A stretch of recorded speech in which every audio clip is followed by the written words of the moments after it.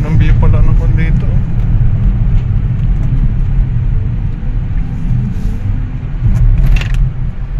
Yung mga island talaga. Kasama namin si Tom gawing Ray. resort. Kasama si Tom Jared.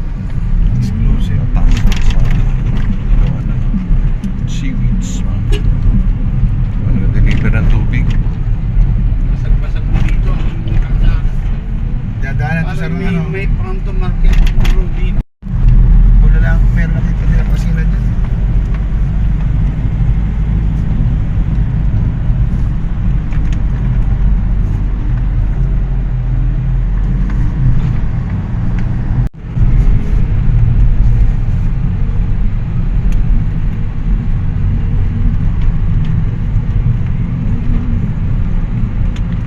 Ay, kulong din pala itong lugar niya na to na tubig. Maganda oh. Kabilaan yun. Oo. Patuloy na kasi itong kaya ano. Kabilaan ng dagat.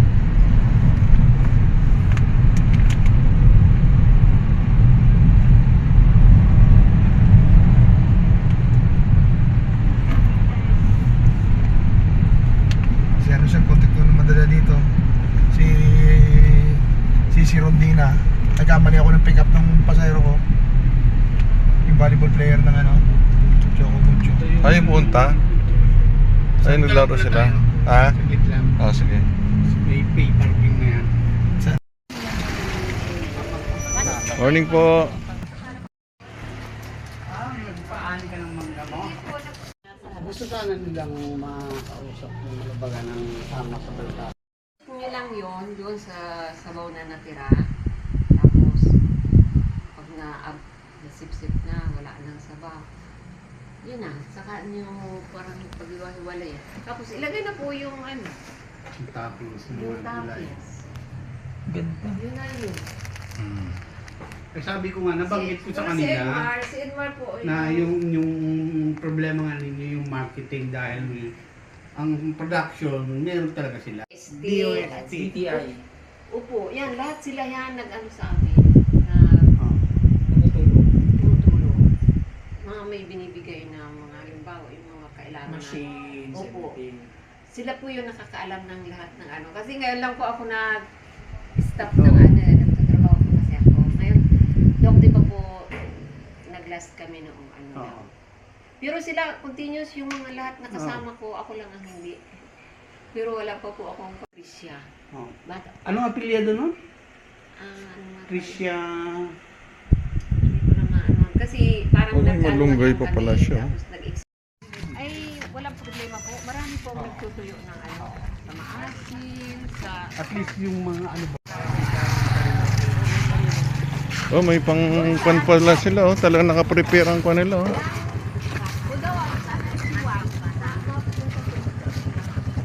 Yan na yung ano sir. Dito po ako sa inyo. Siniguelas. Direkto ang ba? I love Balatasan. Good morning, Balatasan. Yun. Bili muna tayo tubig. Oo. I love Balatasan. Yan. Bulalakaw. Yan, no? Balatasan. Balatasan. Kaya natin yung nag-50,000 yan. Kung sa depend na 50,000. Ay, ito eh, siguro diretso. Ay, ganda. Walang problema. Pagluto naman ay Ano ni sir sa ano, May bago yung kanina. Ay, ginapidalan. Ano? ganda yung setup nila dito. Mga floating cottage. Yung maximum. Pero, yan, Mas ganyan. malinaw din yung dagat. Oo, po, Malinis yan. hindi po yan nag-ano, pagkano kami ano dito yan, nag-ano baga sa laon. Habagat. Baga. Sa asuotan na. Madali lang kami. At saka, kung pwede, ano dito. baka lang kayo. Bodies. So, partner po namin yung Office of the President under Presidential Commission for the Urban Poor.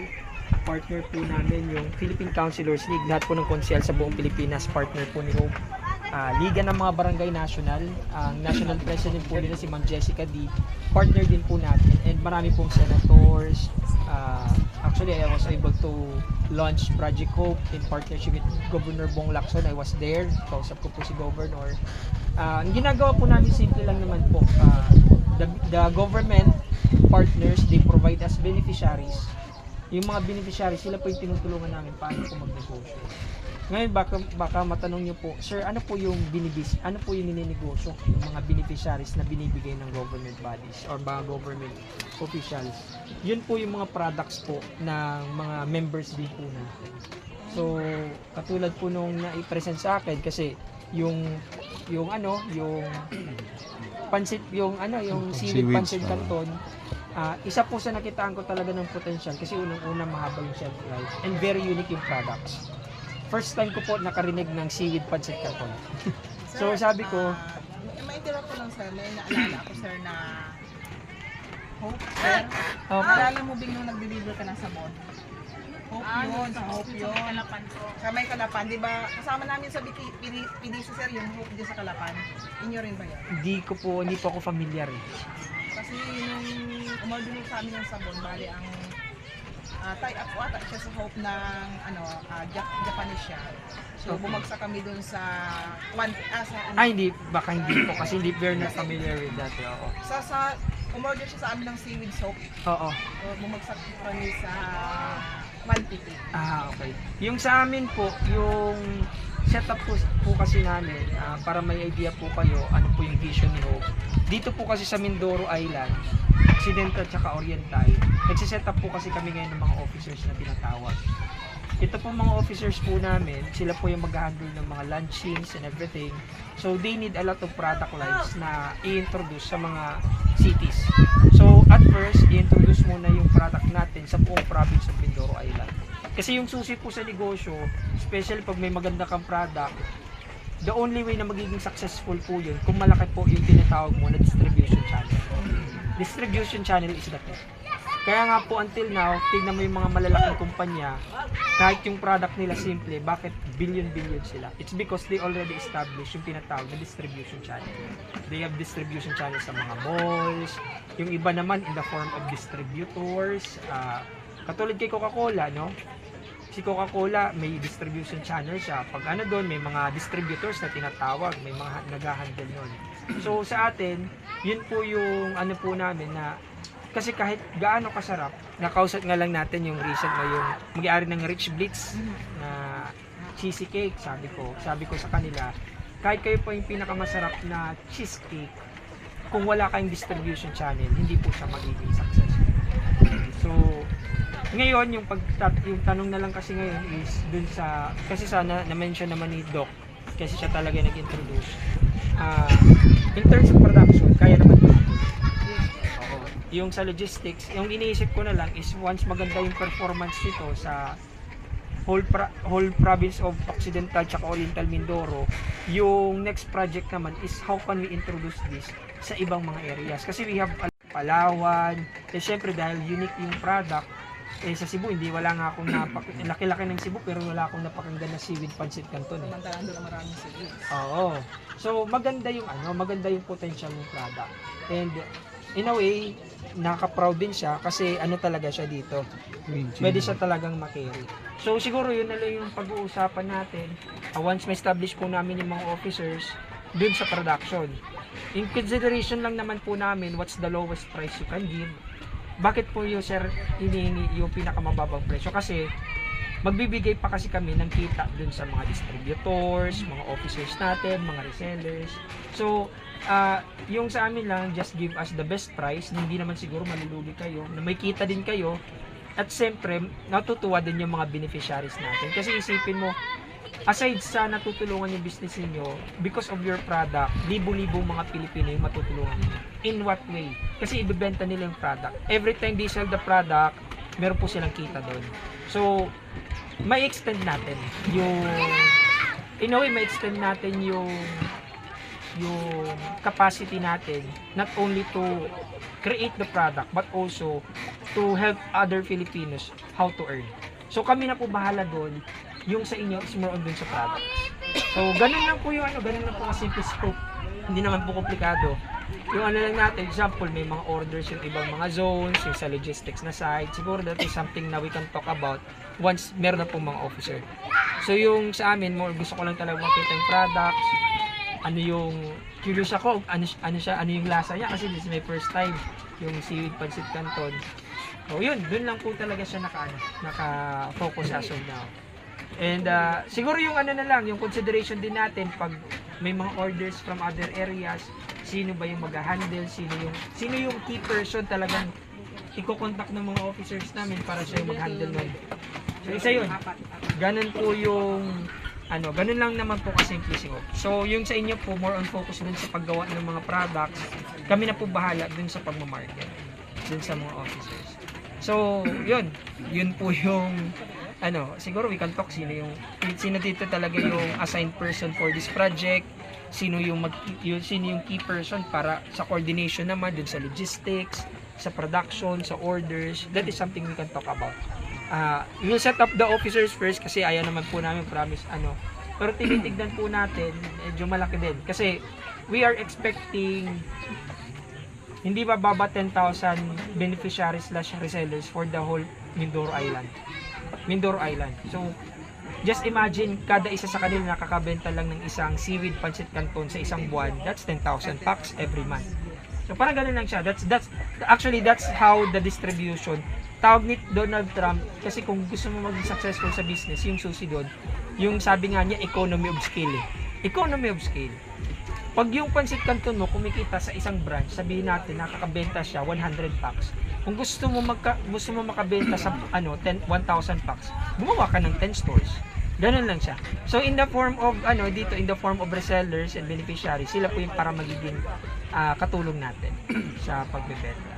Sir, for example siya, sa amin sa Socorro ay we have Aniyahan Bakery, and then mostly naman siya ay mostly kunyari siya, we have a branch here in Bulalakaw, Rojas. So kunyari po ay sa amin sa Socorro, so kunyari dito may pancit, Seaweed pancit canton. So as a bakery owner, paano namin ito matutulungan? Yes. So parang ipopromote din namin yung kasi yung sa inyo po, this is a very kasi bakery siya, talagang yung mga tinapay na binibake. Ano yung setup niyo? Parang bakery shop ba talaga? Actually ngayon po, nagkakaroon siya ng franchise. Yes. Okay. You introduce franchise. So may na kayo, Marami franchise na- manual na kayo? Okay. Marami na po Actually, siyang maya-maya po, dadating branches, po yung owner. Hindi pa owner. Hindi wala pa naman. siya. Anak Sa asawa. Okay, ganito naman. Sa mga business owners katulad po ninyo, kasi number one, in terms of you cannot maximize the resellers that you have. Kasi pag meron kayong setup na gano'n, what we can help is, meron kasi kaming system, tinatawag po namin CCD. Ito naman, kasi sa Hope, marami po kaming tinutulungan. Not only sa mga resellers, this is one aspect lang po ng project na meron kami. What we can help sa bakery shop ninyo, kasi I'm pretty sure wala po kayong loyalty program. Do you give cash rewards sa mga customers ninyo? Di ba wala? Paano kami makakabigay? Kasi ganito. Doon po papasok yung system namin na tinatawag ng CCD. Commodities cash back. Every time they buy products from you, they will earn points, and once they reach a certain amount of points, they can convert it into cash. Sino ngayon yung magbibigay ng cash reward? Yung system po. Hindi po yung Okay. And this is the unique thing about CCD. Kasi every member na papasok sa CCD, they can actually sell their receipts. I-upload nila yung mga resibo nila, anong resibo sa mga malls, kahit ano, basta resibo, pag i-upload nila yon, they can convert it into, magiging points yun, convertible into cash. So paano sila ngayon paano nila mako-convert yung resibo nila? Bumili sila ng tinapay. Parang ganon. So, yun yung isang method din that you can help your business. That's free. Wala po kayong babayaran doon. Set up lang natin. You can just register sa aming app. Then, when it comes naman sa franchising, sir, can we extend the franchise? Kaya tinanong ko agad yung franchise manual. Sir, yung kasi kapag nag-register sa inyo, may corresponding amount to register. Wala po, free po yung yung sa mga business owners, tawag po namin yung NDTP, National Direct Distribution Program. If you want to have your own cashback rewards, register lang po kayo. The only thing na gagawin ninyo is to, kasi nasa app naman po, meron kasi kaming application sa downloadable siya sa Play Store, App Store, you can navigate. When it comes naman sa franchise, kasi yung this is a data kasi sa kanila, yun na yung setup. Ito, iba naman to yung setup sa bakery. Yung question kasi doon, what is your long-term plan? Sa bake shop, gusto nyo ba maging Julie's? Katulad ni Julie's na maraming franchise? Kasi kung or gusto nyo ba maging katulad ni Gardenia? Na instead of malaking, meron na lang sila malaking commissary for mga slice meat and breads, brand yung ginagawa. Kasi kung yung long-term plan ninyo is to franchise, to open the franchise talaga, the question is, in terms of scope, ano yung mga areas na pwede na maka-franchise? Pwede ba maka-franchise yung mga taga-Mindanao, whole Philippines ba yung scope, or you're focusing muna sa Mindanao? Yun muna yung mga questions doon. Kasi for example, sabihin niyo, sir, sa ngayon, Mindoro muna yung focus. We can help with the franchise. Tutulungan natin yung mga officers, they will offer kung sino yung interest sa franchise, bigyan nyo lang sila ng shares. Parang ganun, more on sa promotion lang yun. Ganun, that is something that we can talk about. Pero yung yun yung question ko sa ngayon, ano yung parang long-term plan ninyo? Ma-expand siya po the whole Mindoro Island muna or open agad kayo sa ibang areas like Cebu, Palawan? Pero hindi kami makakasagot na ito. Opo. Hindi kami yung may-ari. Okay. One of the product lang siya in our barangay. So, mostly we have banana chips in Maganda yan. Socorro. And then yung banana chips po talaga is kilala rin siya when talking sa salubong. Nag-i-export. Yes. Sobrang dami yung banana chips eh. Kahit saan may banana chips. Pero yung doon, sino may pinakamasarap ng banana chips? Yes. Saka yung banana chips sa amin, Sino may pinaka-quality? meron silang iba-ibang flavor. Ayun, that's very unique.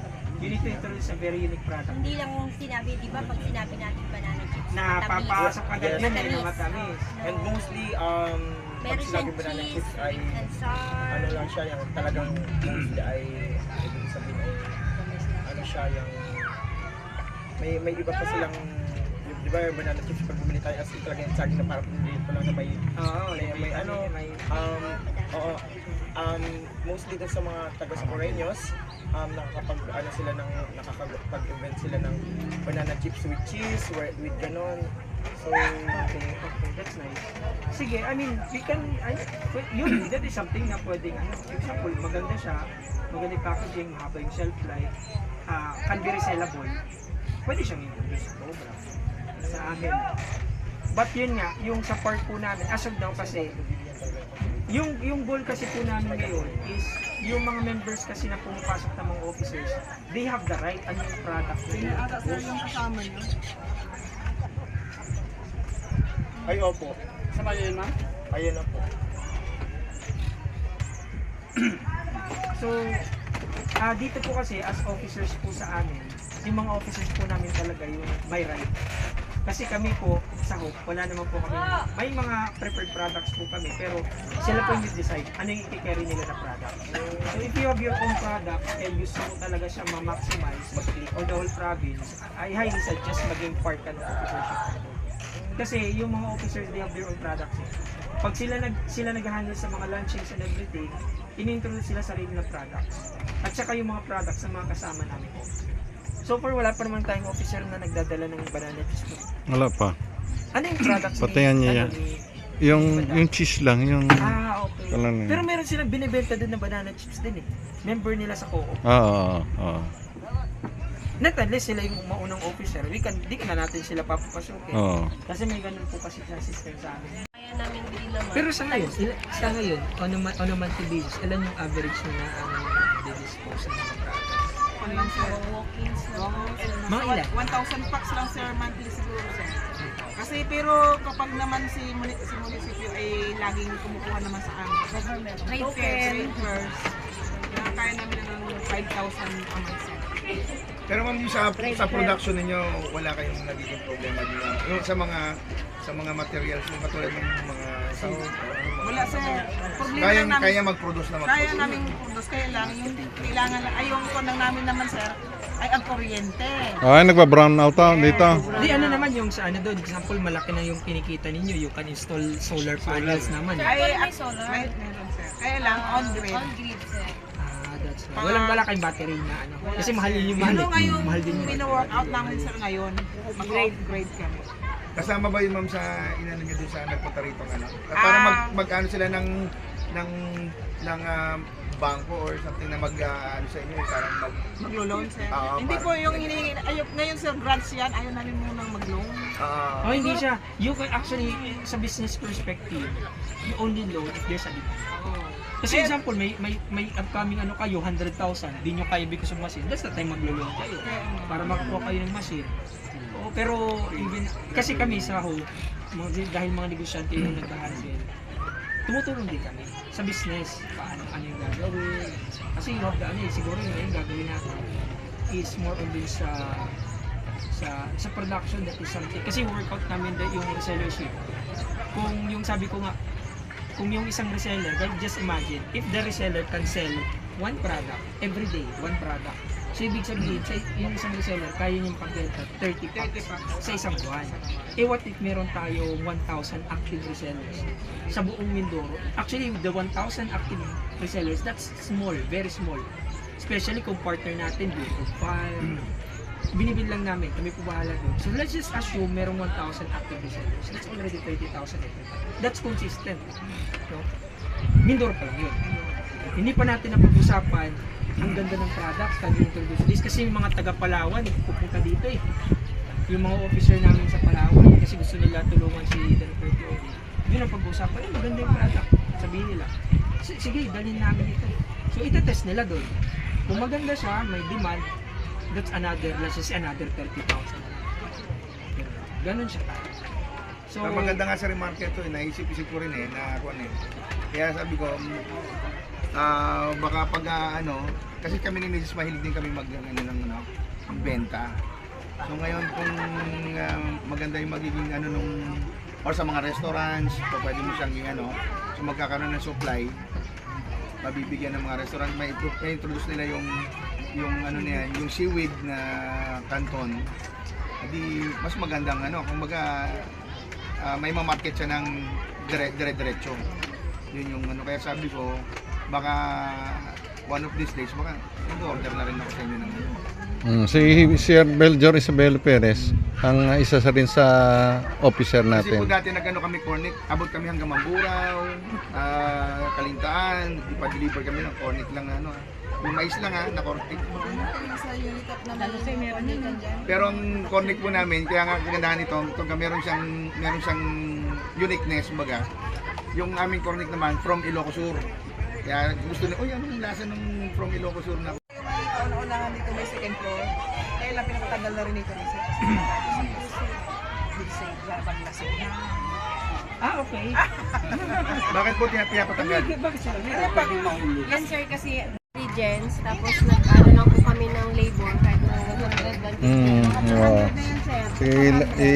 Ilabas niya doon sa ito yung ng Balatasan 100 na yan. Resort. Yung seaweeds Pansit Canton. So yan. So yan. Ilang pack yung Bibili ng gulay. ilang pack ginamit ko dito? Ilang paktong ganito daw? Dalawang ganyan. Dalawang ganito pala. Naka. Ang dami na makain. Dalawa lang po yan. Yan ang nagbibigay lasa eh. Parang siya yung ito yung best combo. Yes po, best combo. Pero the best pa rin sir yung sardinas at malunggay. Seaweeds Pansit Canton ng Balatasan. So dito kami sa resort nila. Daming pumupunta dito pala. Buti nakarating kayo bago mag-June. Pag-ulan.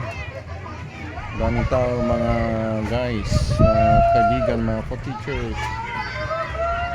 Ito na po kayo dito. Dito Sa ang bats. Balatasan. Dito kayo sir magano yun. Pulalakaw, Oriental, Mindoro. Oh, mga bats, punta na daw dito. Din dito. Jess Sasilo, Jojo Pohas, BPJ ng PNB retired oy. At mga kasama natin dyan ng Bat City yan. Fiskal Santos, Robert.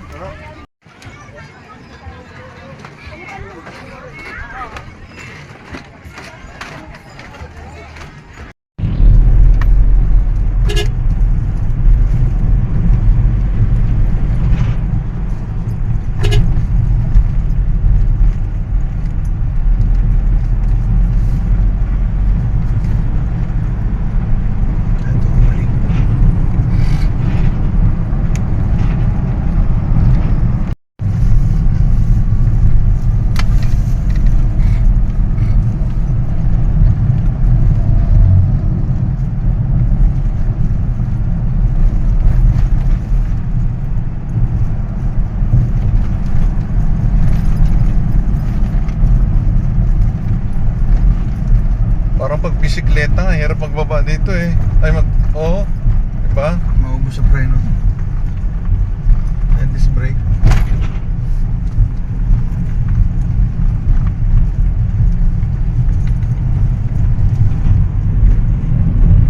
Maganda, may zip line dito eh, no? Baba dun sa may bayan ng layo, no? Pagbayan ng palengke o plaza ng Magaysay. na Magsaysay eh.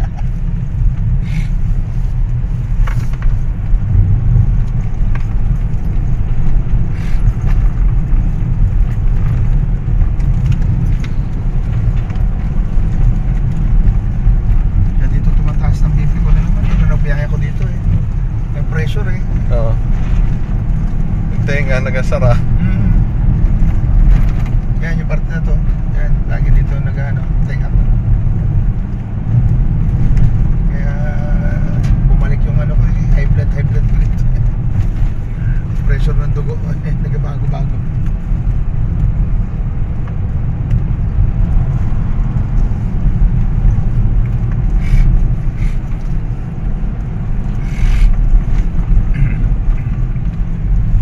Ibig sabihin, ang preno mo dito, pitik-pitik lang. Pitik-pitik lang dapat.